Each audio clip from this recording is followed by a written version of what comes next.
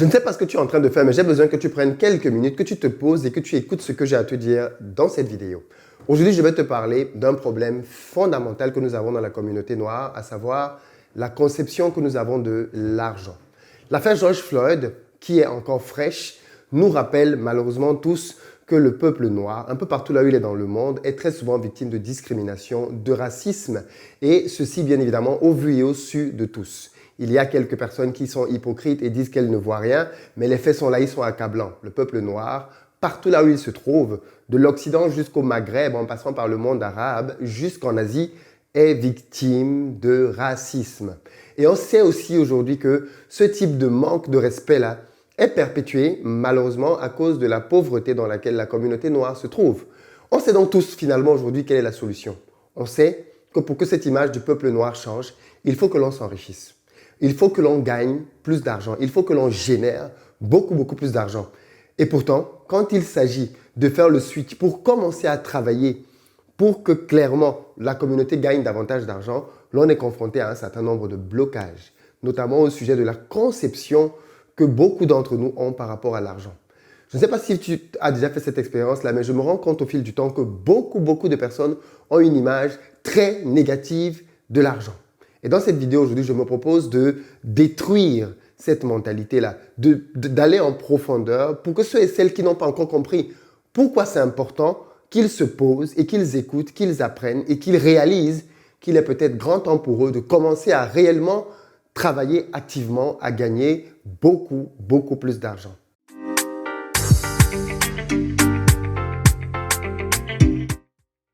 Salut à toi et bienvenue sur ma chaîne, moi c'est Philippe Simo et ici je te parle d'entrepreneuriat et d'investissement parce que je suis convaincu que ce sont les deux piliers sur lesquels la communauté noire doit s'appuyer si elle veut émerger.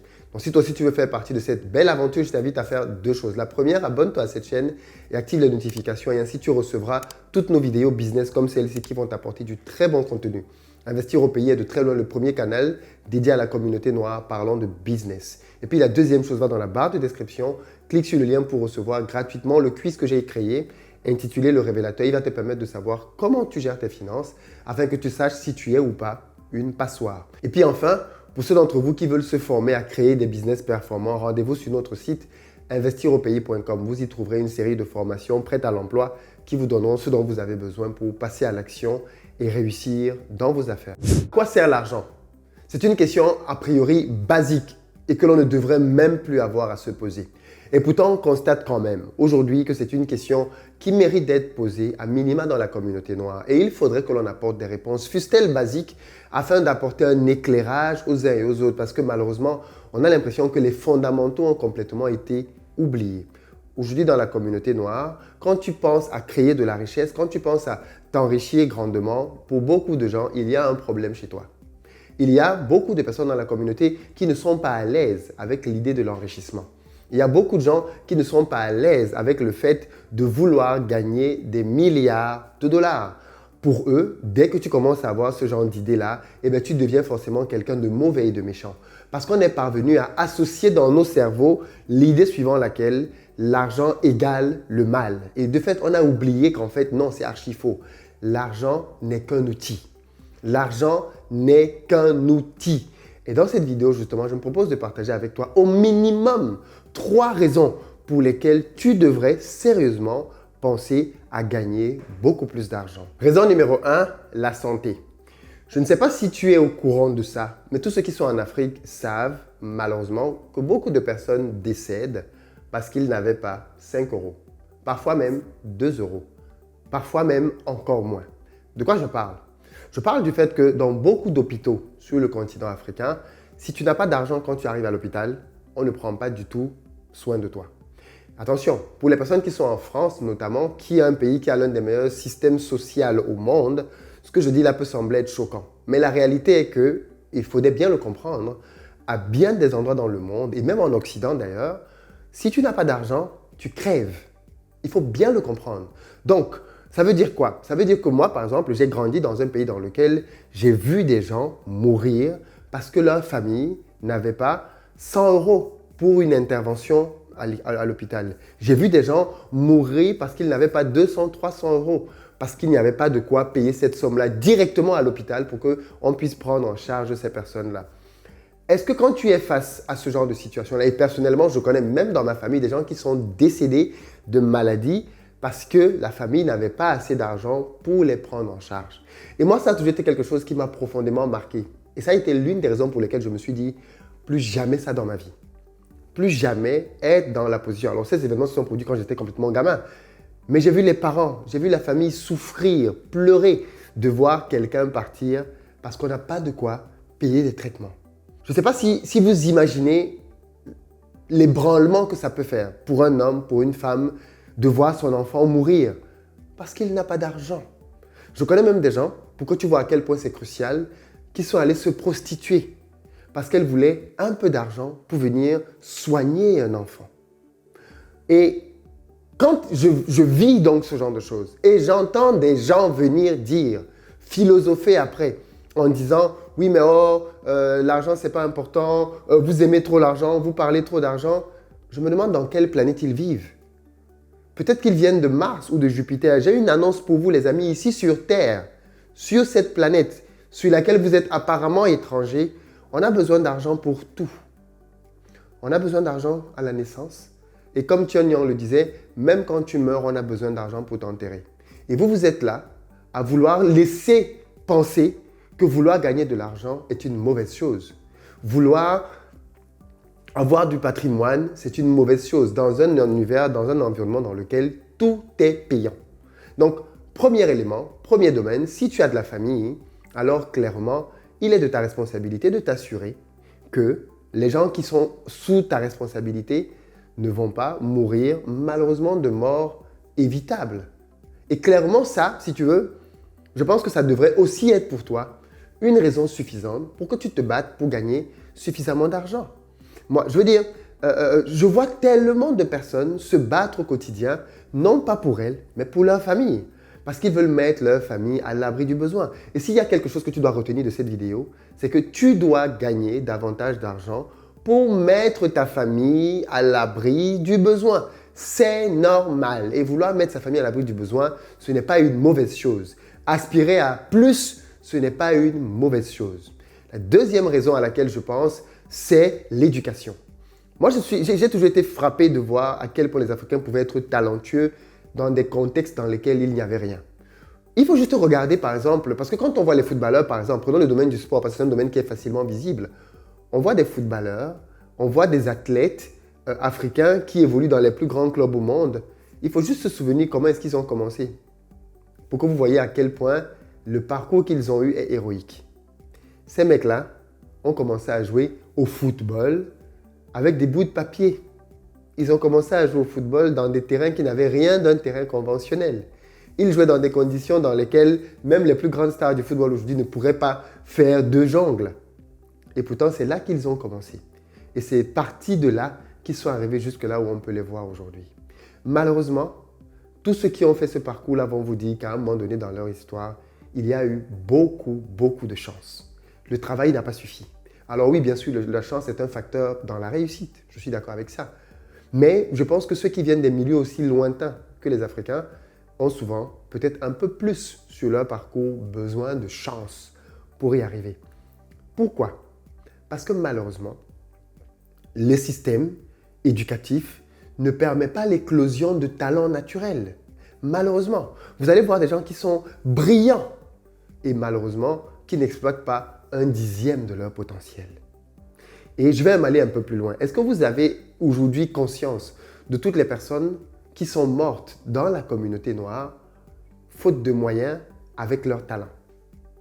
Miles Monroe avait dit, le feu Miles Monroe, que le cimetière était un endroit dans lequel il y avait énormément de regrets. Parce que beaucoup de gens qui sont venus sur cette planète sont repartis avec leur talent. Et je pense qu'en Afrique, c'est l'endroit là où il y a encore plus de regrets qu'ailleurs.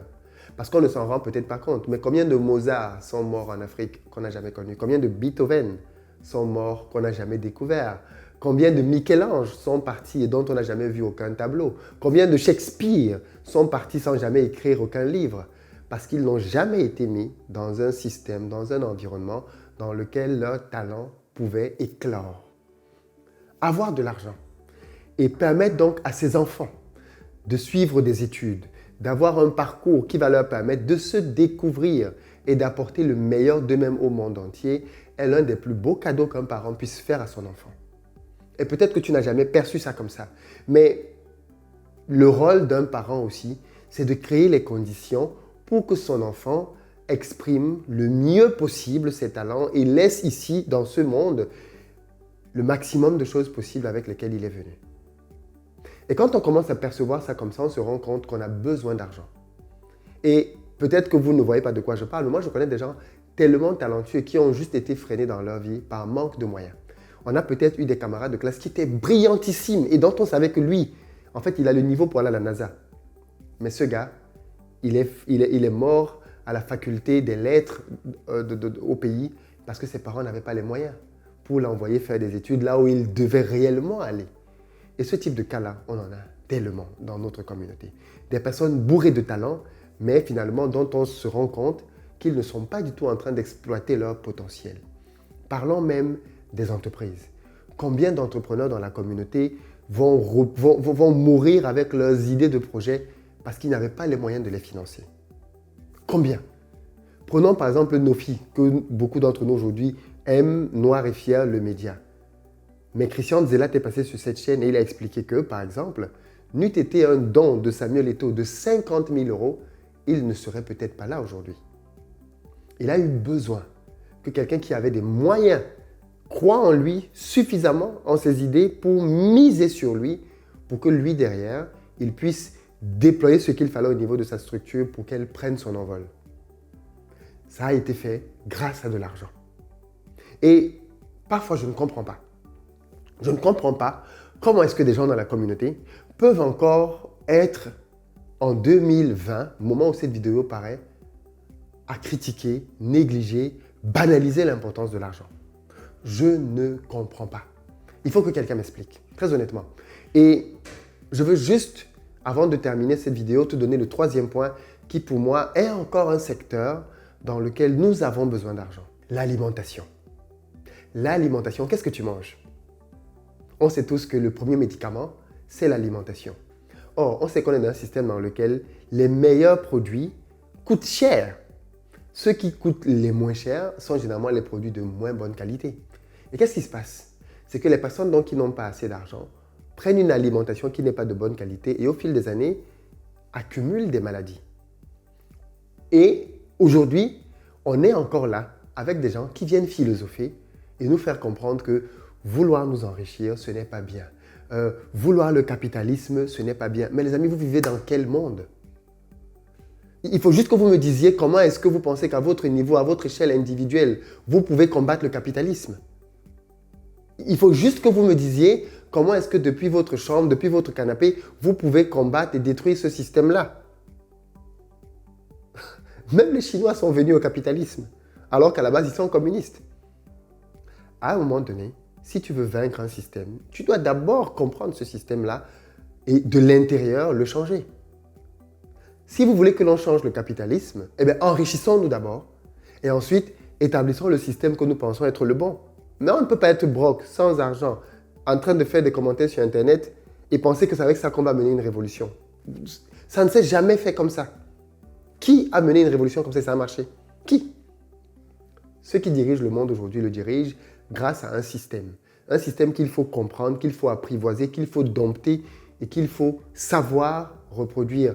Intelligemment, bien évidemment, mais qu'il faut savoir reproduire. Je fais vraiment cette vidéo parce que, quelque part, j'ai beaucoup de mal de me rendre compte qu'on a un problème qui est là, qui est identifié, mais au milieu de nous, il y a encore des réticences à prendre toutes les armes qu'il faut pour pouvoir agir, combattre et réussir.